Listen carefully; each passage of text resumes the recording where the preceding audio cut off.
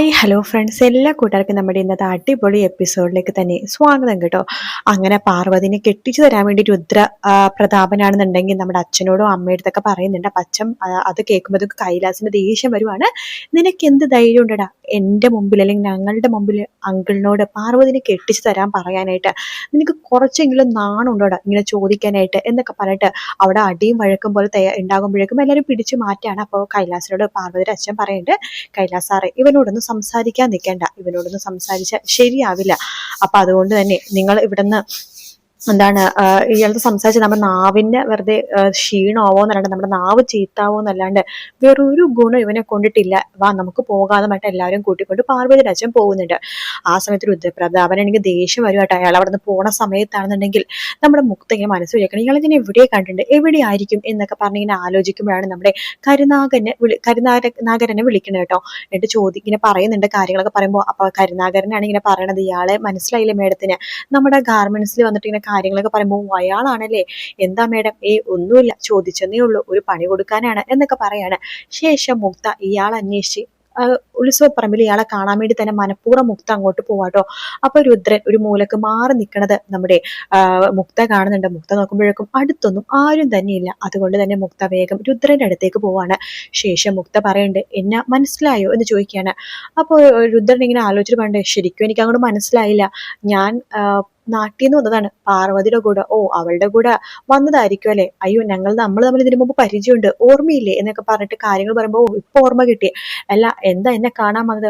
അതോ, എനിക്ക് രുദ്രന്റെ ഒരു സഹായം വേണം. എന്റെ സഹായമോ? എന്റെ സഹായം എന്താണാവോ വേണ്ടത്? അതെ, ആദ്യം നമുക്കൊന്ന് ഫ്രണ്ട്സ് ആയാലോ എന്ന് ചോദിക്കുകയാണ്. അങ്ങനെ രുദ്രൻ പെട്ടെന്ന് ഒരാളൊന്ന് ഫ്രണ്ട്സ് ആക്കാറില്ല. പ്രത്യേകിച്ച് നിങ്ങൾ ആ സിറ്റിയിൽ നിന്ന് വന്നവരല്ലേ, എന്തെങ്കിലും ഉടായ്പ മനസ്സിൽ വിചാരിച്ചിട്ടായിരിക്കും എന്നായിട്ട് ഫ്രണ്ട്ഷിപ്പ് കൂടാൻ വേണ്ടി വന്നത് എന്ന് രുദ്രൻ പറയുമ്പോഴേക്കും മുക്ത പറയണ്ട, അയ്യോ ഒരിക്കലുമില്ല രുദ്ര. രുദ്രൻ ഒരു കാര്യം കേട്ടിട്ടുണ്ടോ? ശത്രുവിന്റെ ശത്രു മിത്രോന്ന്. അതുപോലെ തന്നെയാണ് ഞാൻ.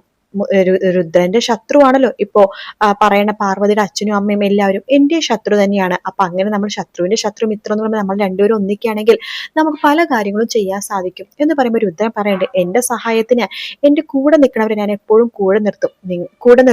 നിങ്ങൾക്ക് എന്റെ കൂടെ നിൽക്കാൻ പറ്റുമെന്നുണ്ടെങ്കിൽ ഞാൻ നിങ്ങളെ ഫ്രണ്ടായിട്ട് എടുക്കാന്ന് പറയാണ്. ഞാൻ രുദ്രന്റെ കൂടെ തന്നെ ഉണ്ടാകുമെന്ന് പറയുമ്പോൾ രണ്ടുപേരും കൈ കൊടുക്കാട്ടോ. അപ്പൊ കൈലാസാണെന്നുണ്ടെങ്കിൽ നമ്മുടെ പാർവതിയുടെ അച്ഛനോട് തുറന്നു പറയാൻ വേണ്ടി പോവാണ്. പാർവതിന് ഇഷ്ടമാണെന്ന് തുറന്നു പറയാൻ വേണ്ടി പോകുകയാണ്. ആ സമയത്താണ് കൈലാസ് ഈ കാഴ്ച കാണുക കേട്ടോ. നമ്മുടെ രുദ്രനും അതുപോലെ തന്നെ മുക്തയും തമ്മിൽ എന്തോ സംസാരിക്കുന്നത് കാണുന്നുണ്ട്. ഇവര് തമ്മിൽ എന്താ ഇടപാട് എന്ന് കൈലാസ് ഇങ്ങനെ ആലോചിക്കുകയാണ്. ശേഷം മുക്ത അവിടെ നിന്ന് വരുമ്പോ തന്നെ കൈലാസ് ചോദിക്കുന്നുണ്ട് ഇങ്ങനെ, എന്താ മുക്ത തനിക്ക് അവനായിട്ട് ഇങ്ങനെ ഇടപാട് എന്നൊക്കെ ചോദിക്കുമ്പോ, ഒന്നുമില്ല, വെറുതെ ഇങ്ങനെ സംസാരിച്ചിരുന്നതേ ഉള്ളൂ. ഇയാളെ മുമ്പ് ഒരു പ്രാവശ്യം നമ്മുടെ കമ്പനിയിൽ വന്നിട്ടുണ്ട്, അപ്പൊ ആ ഒരു ഓർമ്മയിൽ സംസാരിക്കാൻ വേണ്ടി പോയതാന്നൊക്കെ പറയാണ്. ഒരുപാട് അയാളായിട്ട് സംസാരിക്കാൻ നിൽക്കൊന്നും വേണ്ട. മുക്ത എന്തിനാ ഇവിടെ വന്നതെന്ന് അറിയാവോ?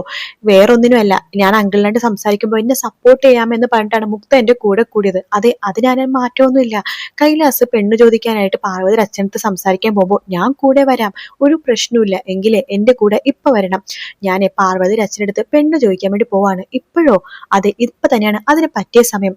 അതിന് പാർവതി അമ്മ കൂടെ വന്നിട്ടില്ലല്ലോ, അവരും കൂടെ ഉള്ള സമയത്ത് ചോദിച്ചാ പോരെ എന്നിങ്ങനെ പാർവതിയുടെ അമ്മ കൂടി ഉണ്ടാകുമ്പോ ചോദിച്ചാ പോരെ എന്നിങ്ങനെ ചോദിക്കുമ്പോ, വേണ്ട, ഇപ്പൊ തന്നെ ചോദിക്കണം നല്ലത്, എന്റെ മനസ്സ് പറഞ്ഞു ഇപ്പൊ ചോദിക്കാം എന്ന് പറഞ്ഞിട്ട് നമ്മുടെ കൈലാസ് പോകുമ്പോ മുക്ത പണ്ടപ്പോ ഞാൻ വരണ്ടേ, നീ വന്നില്ലെങ്കിലും കുഴപ്പമൊന്നുമില്ല, എന്തായാലും ഞാൻ ചോദിക്കാൻ വേണ്ടി തന്നെ തീരുമാനിച്ചിരിക്കുകയാണ് എന്ന് പറഞ്ഞിട്ട് കൈലാസ് അവിടെ നിന്ന് പോകുവാട്ടോ. പെണ്ണ് ചോദിക്കാൻ വേണ്ടി നമ്മുടെ പാർവതിയുടെ അച്ഛൻ അന്വേഷിച്ചിട്ട് പോവാണ്. അപ്പൊ പാർവതി അച്ഛനോടെ കാണുന്നില്ല. അപ്പൊ ഈ അന്വേഷിച്ച് നടക്കുന്നുണ്ട്. അതേസമയം നമ്മുടെ പ്രിയനാണെന്നുണ്ടെങ്കിൽ മോഹനോട് പറയണ്ടടാ, മോഹന ഞാൻ ഇനിയിപ്പോ വെച്ച് താമസിപ്പിക്കണമെന്നില്ല, ഞാൻ എന്റെ ഇഷ്ടം പാർവതി എടുത്ത് തുറന്നു പറയാൻ പോവാണ് എന്ന് പറയുമ്പോഴേക്കും മോഹൻ പറയുന്നുണ്ട്, അത് നല്ലൊരു കാര്യമാണ് പ്രിയ, എത്ര നാളായി നീ അവളോട് പ്രണയം തുറന്നു പറയാതെ ഉള്ളിൽ വെച്ചുകൊണ്ടിരിക്കുന്നത്. അങ്ങനെ ഉള്ളിൽ വെച്ചുകൊണ്ടിരിക്കണേക്കാൾ നല്ലത് പ്രണയം തുറന്നു പറയണതാണ്. നീ അവളോട് പ്രണയം തുറന്നു പറയട പ്രിയ, അവൾക്ക് തീർച്ചയായിട്ടും നിന്നെ ഇഷ്ടമാണ്, അവള് തീർച്ചയായിട്ടും സമ്മതിക്കും. പിന്നെ അവളുടെ മുമ്പിൽ ഒരു തടസ്സം എന്ന് പറയുന്നത് അവളുടെ ചേച്ചിയുടെ വിവാഹമാണ്. അത് കഴിഞ്ഞ നിങ്ങളുടെ വിവാഹം നടക്കാൻ വേണ്ടി നീ കാത്തിരിക്കാന്ന് പറഞ്ഞാൽ തീർച്ചയായിട്ടും അവള് സമ്മതിക്കോടാ എന്നൊക്കെ പറയാണ്. പ്രിയം പറയുന്നുണ്ട്, അപ്പൊ ഞാൻ ഇഷ്ടം തുറന്നു പറയാല്ലേ, തീർച്ചയായിട്ടും നീ തുറന്നു പറയേണ്ട സമയം ഇത് തന്നെയാണ്. അവളുടെ സമ്മതം വാങ്ങിയിട്ടേ നീ തിരിച്ചു വരാവൂ. അപ്പോൾ ഞാൻ ഇപ്പൊ തന്നെ പറയട്ടെ, ഇപ്പോൾ തന്നെ പറയണോടാ, ഇപ്പൊ തന്നെ അതിനെ പറ്റിയ സമയം, ഈ അമ്പൽ നടയിൽ വെച്ചിട്ട് തന്നെ നീ അവളോട് ഇഷ്ടം തുറന്നു പറയണം എന്ന് പ്രിയനോട് മോഹൻ പറയണം. അങ്ങനെ പ്രിയനും പാർവതി അടുത്ത് ഇഷ്ടം പറയാൻ വേണ്ടി പോകുക കേട്ടോ.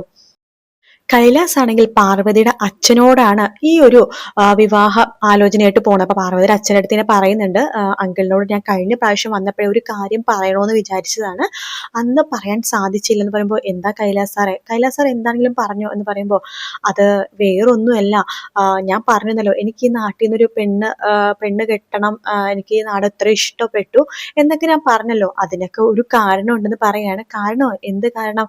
പാർവതി എൻ്റെ കമ്പനി ജോലിക്ക് വന്നപ്പോൾ തന്നെ എനിക്ക് പാർവതി എടുത്ത് ഒരു ഇഷ്ടം തോന്നിയിട്ടുണ്ട് എന്ന് പറയാണ്.